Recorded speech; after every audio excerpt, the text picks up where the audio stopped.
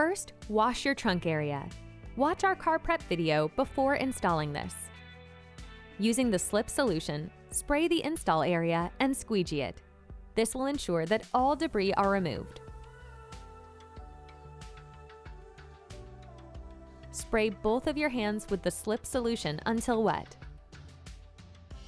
Spray the install area again. Spray the PPF piece on the outside.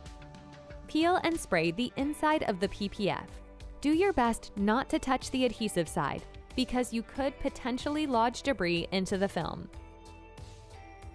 Align the piece to the two sensors.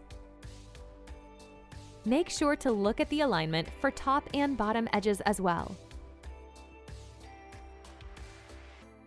Once aligned, squeegee the solution out, starting from the center. Make sure you get all the bubbles and water out. Inspect it and check to see if you have any moisture trapped. If it's smaller than a nickel, it should eventually dry out. If you do have a larger bubble, try to squeegee it out. But if it's not tacking, simply peel, spray the tack solution, and squeegee it down again. Spray the top flap with slip solution. Start from the middle and squeegee over the edge to lay the rest of the PPF down.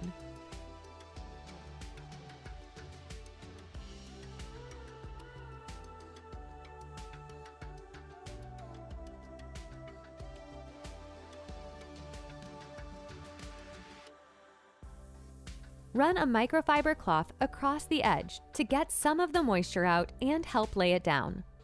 Spray tack solution across the top. This will help flush the slip solution out.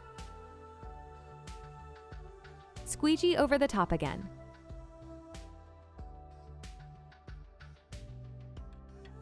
Wipe down with a microfiber cloth. Look for fingers that may pop up and squeegee them back down.